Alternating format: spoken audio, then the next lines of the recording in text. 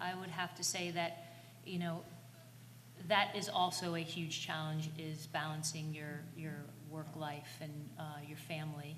I think one of the really important things for you guys, if you do get into college athletics, and you know, you've heard a little bit so far, the traveling, the hours, we all love what we do, and that's why we do it. But you know, there are very few people that will make millions in intercollegiate athletics. Professional, of course, but in intercollegiate athletics. So we do it because we love it.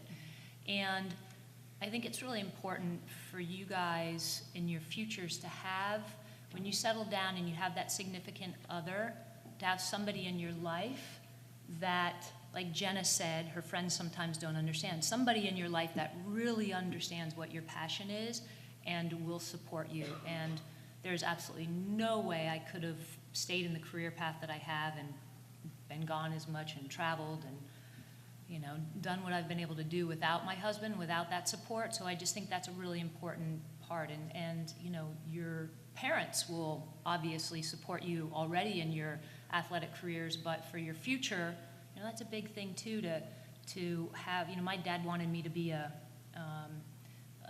high school PE teacher, which would have been great, but I wanted something different, and I think he thought, well, that would be nice. You could have your family, and it's nice cookie cutter, and you work during the day, and you come home, but that was not going to happen. And so I think it's important that you have people around you that really support what you do, so that you're able to do what you do with the passion necessary to do it well.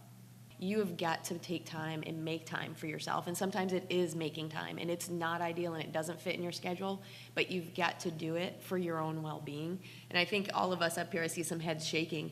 It can be hard. It can be really difficult to manage, but you'll find that if you have that support system, if you're working, not even just at home, but I think your office life, you're going to find that the people you work with and for are really important, and that's something to think about as you're making decisions about where you're going to work and the career path that you're taking, that your support system at home and in the office are equally as important, and you want to make sure that you're in an environment where you can thrive, where you have that support to really recognize when, hey, maybe I need to take a day off. It might not be ideal with everything we have going on right now, but for me to be at my best, I need some time to myself. I need to do what it is that I do, whether it's running, whether it's going to the movies, whatever is a stress reliever, whatever grounds you, that you are taking time to do that. You all, most of you in here are student athletes.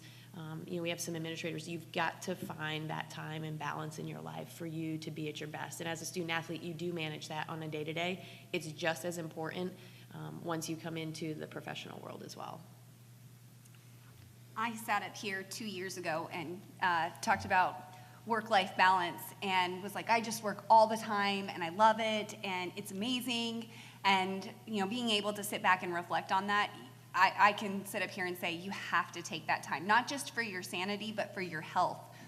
Prior to sitting up here, I think the last 5 years that I've been at UNCP, I've had strep 8 times and mono 5 times. So I have been incredibly sick because I worked myself to death. So a couple of years ago, I had my tonsils taken out, thank goodness, because that was the cause of it all. But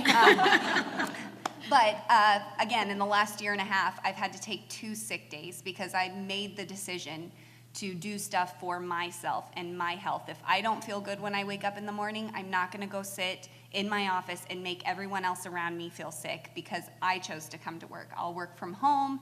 I'll make sure that, you know, I get the things that are time sensitive done.